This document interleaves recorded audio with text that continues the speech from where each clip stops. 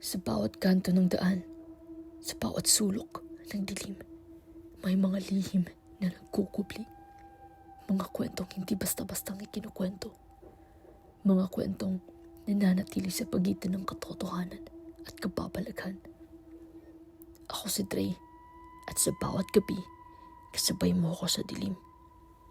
Maligayang pagdating sa kasabay sa dilim, kung saan ang mga kwento ng takot, kababalaghan at hiwaga ay binubuhay natin sa piling ng kadiliman.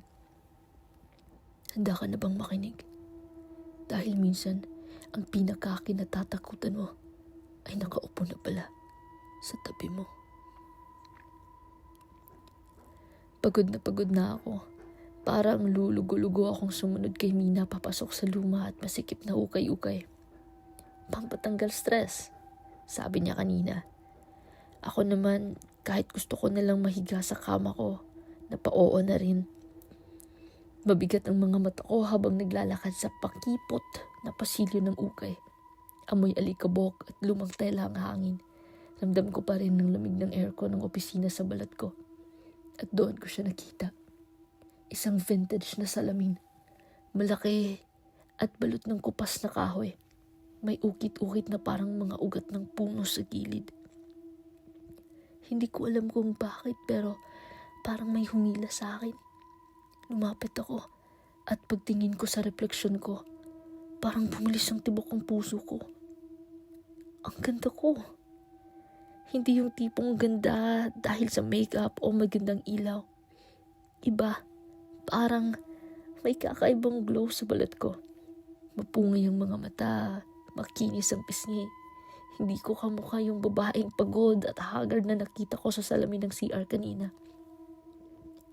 Nakangiti ako, pero sa loob ko, nalilito ako. Bakit ganitong itsura ko dito? Hindi ko namalayan na matagal na pala ako nakatitig. Nang bumalik ako sa ulirat, nakita kong madilim na sa labas ng bintana. Umalis kami ng hapon pero ngayon parang pasado 7:00 na. Mina? Tawag ko. Pero walang sumagot.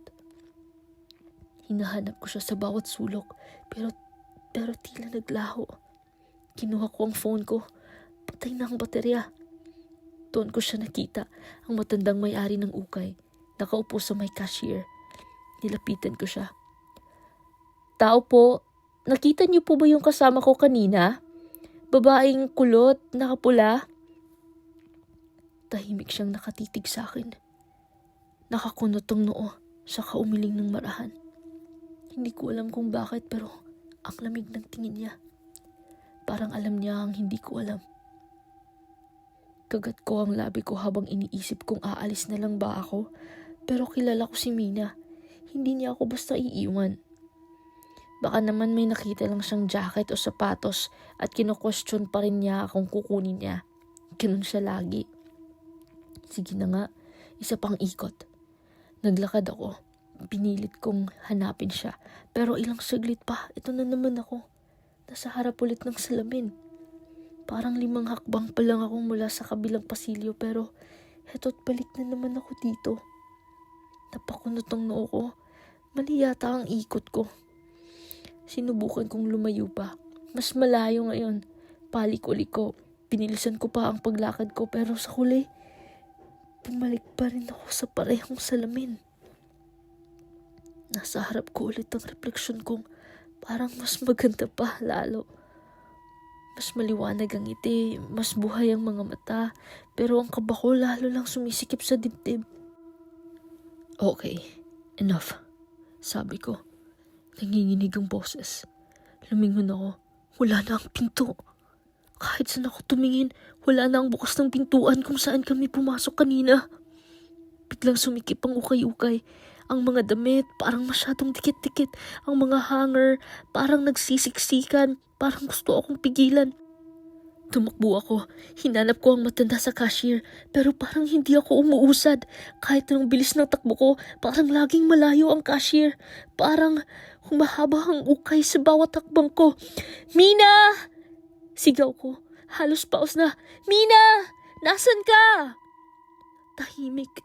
Ang mga tanging sagot lang sa akin ay ang mga tela ng lumang damit na parang humahaplos sa braso ko habang dumadaan ako. Pakiramdam ko, pinagmamasdan ako ng mga buong ukay. At sa gilid ng mata ko, parang kumalaw ang refleksyon ko sa salamin. Pero, hindi ako yun. Hahabol na sana ako ulit pero napahinto ako. Nabigat ang dibdib ko, parang may nakadagan. Nanginginig na ang mga kamay ko at hindi ko na mapigilang napaluha na ako. Ano ba to? Bulong ko habang pilit pinupunasan ng mga luha. Hinila ko ang buhok ko. Ramdam ko ang sakit sa anit pero parang hindi ako nagigising sa bangungot na to. Napalingon ako. Nasa harap ko na naman ang salamin. At doon ko siya nakita. Teka, ako? Pero hindi ako. Maayos ang buhok niya, flawless ang makeup, walang bakas ng luha, walang pagkabahala, perpekto, at nakangiti siya.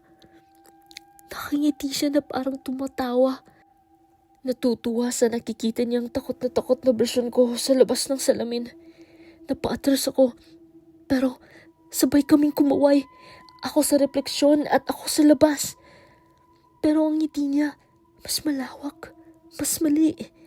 Tumango siya sa akin, tila sinasabing, tama lang yan. Hindi to totoo. Bulong ko. Sinampal ko ang sarili ko. Kumurot, naglakad paharap, pilit na ginigising yung sarili. Pero nang bumalik ako ng tingin, nakabuka na ang bibig ng refleksyon ko at may lumabas na tawa. Matinis, sumisigaw sa tenga ko. Wala namang tunog dapat pero naririnig ko siya. Dumadagongdong sa tenga ko ang tili ng sarili kong refleksyon. Tumigil ka! Halos pasigaw ko. Dinampot ko ang malapit na tansong lampara at buong lakas na ibinato sa salamin. Pero walang nangyari. Hindi man lang napasag. Hinapas ko ulit. Umalingaw-ngaw ang bakal sa solidong ibabaw ng salamin. Pero hindi man lang ito umalog. Parang bakal ang buong pader. Sa loob ng salamin, ako pa rin. Pero ngayon, nakatungo siya. Nakasilip mula sa ilalim ng pilik mata. At mas malaki ang ngiti. Parang inaantay niya ako. At hindi ako sigurado kung hanggang kailan ko pa siya kayang tingnan. Sa desperasyon ko, tinampot ko ang pinakamalapit na upuan. Mabigat, kahoy, may kalawang na pako sa gilid. Hahampusin ko na sana ulit ang salamin. Ramdam ko ang paghawak ng pawi sa pagitan ng palad ko at ng kahoy. Pero bago ko maibaba ang upuan, nandito ka pala! Tumigil ang mundo ko. Si Mina. Nasa loob siya ng salamin. Sa tabi ng refleksyon ko. Nakangiti parang walang nangyayari. Halika na! Sabay niya tila natutuwa. Tara, lumabas na tayo. Ang tagal mo namang pumili. Nakahanap na ako ng magandang trench coat sa dulo. Napanganga ako. Mina? Pausang boses ko. Tumulo ang laway sa baba ko sa sobrang tensyon. Tumango siya. Oo, tara na. Kanina pa kita hinihintay. Pero mali. Hindi tama ang lahat. Sa loob ng salamin parang mali ang liwanag.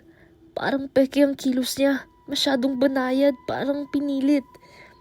Hindi ka totoo. Pero ngumiti si Mina. Kinawayan pa ako. Ang drama mo, halika na. At ang refleksyon ko nakaakbay sa kanya. Pareho silang nakangiti. Mas malapad, mas malamig. Isang sigaw ang sumabog mula sa dibdib ko. Isang gut-wrenching na sigaw ng takot at galit. Dinampot ko ulit ang upuan at buong pwersa kong iniyampas ang salamin. Ang refleksyon ko at si Mina umatras sa pitak. Pero bago tuluyang mabasag ang lahat, lumingon pa ang refleksyon ko mula sa balikat niya. Ang ngiti masyadong malapad para sa isang tao. At saka siya humindat. Nagsabog ng pira-pirasong bubog ang buong salamin. Napaatras ako. Hinahabol pa rin ako ng lagitik ng tawa nila na ngayon ay lumalakas sa paligid ko. At sa sahig ng ukay-ukay, nasa paanan ko na ang mga bubog. Pero walang Mina. Wala na rin ang refleksyon ko. Tanging ako na lang.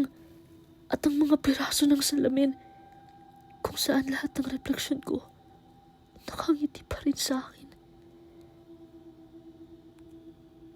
Salamat sa pagsama sa akin dito sa Hating Gabi, Kwento ng Lagim. Sana'y makatulog ka ng mahimbing kung makakatulog ka pa.